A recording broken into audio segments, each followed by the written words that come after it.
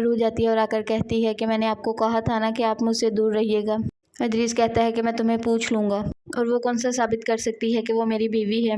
عروج کہتی ہے ثابت تو ہو ہی جائے گا، وہ آپ کی بیوی آپ مانے یا نہ مانے۔ ابھی شائستہ آ جاتی ہے، عروج وہاں سے چلی جاتی ہے۔ ادریس پریشان ہو جاتا ہے شائستہ کو وہاں پر دیکھ کر۔ شائستہ ادریس کا بازو پکڑتی ہے اور وہاں سے اسے اپنے کمرے میں لے جاتی ہے۔ کمرے میں جا کر کہتی ہے میں ان بیویوں میں سے نہیں جو رونا شروع کر دیتی ہیں، بلکہ میں نے اپنے بیٹے سلمان کو سب کچھ بتا دیا، وہ خود آ کر تم سے پوچھے گا۔ ادریس کہتا ہے کہ تم میری عزت کا تماشا مت بناؤ، میں نہیں جانتا وہ کون ہے۔ شائستہ کہتی ہے کہ میرا بیٹا خود پتہ کروا لے گا۔ ادریس نواب کو کال کرتا ہے اور کہتا ہے کہ اپنی آنکھیں اور کان کھلے رکھو، عروج میری دوسری بیوی کو میرے گھر پر لے آئی ہے، مسئلہ نہ بن جائے وہ آفس میں نہ آ جائے، تم آفس میں اپنی آنکھیں کھلی رکھنا۔ وہ کہتا ہے کہ چلیں ٹھیک ہے، آپ پریشان مت ہوں۔ سلمان گھر آتا ہے، مہرین گاڑی کی آواز سن کر کھڑے ہو جاتی ہے۔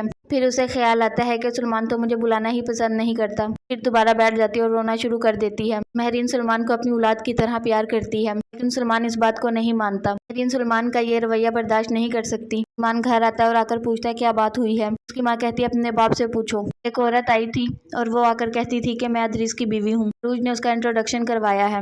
سلمان کہتے ہیں یہ کیا بات کر رہے ہو، مجھے کچھ سمجھ نہیں آ رہی۔ شائستہ کہتی ہے یہ تو تم اپنے باپ کو ہی پوچھو۔ ادریس کہتا ہے کہ وہ جھوٹ بول رہی تھی، عروج اسے سمجھا کر لے کر آئی ہے میرے خلاف، میں نے کوئی نکاح نہیں کیا، وہ جعلی نکاح نامہ لے کر مجھے بلیک میل کر رہی ہے۔ سلمان غصے میں عروج کے پاس جاتا ہے اور جا کر کہتا ہے کہ کیا تم کھیل کھیل رہی ہو، تمہیں شرم نہ آئی باپ کی عمر کے انسان پر الزام لگاتے ہوئے؟ عروج کہتی ہے میں نے کوئی الزام نہیں لگایا، انہوں نے مجھے خود بتایا ہے، وہ تایا جان کی بیوی ہے۔ سلمان کہتا ہے رات کا وقت ہے، تمہارے پاس ثابت کرو۔ عروج پریشان ہو جاتی ہے کہ میں کیسے ثابت کروں گی؟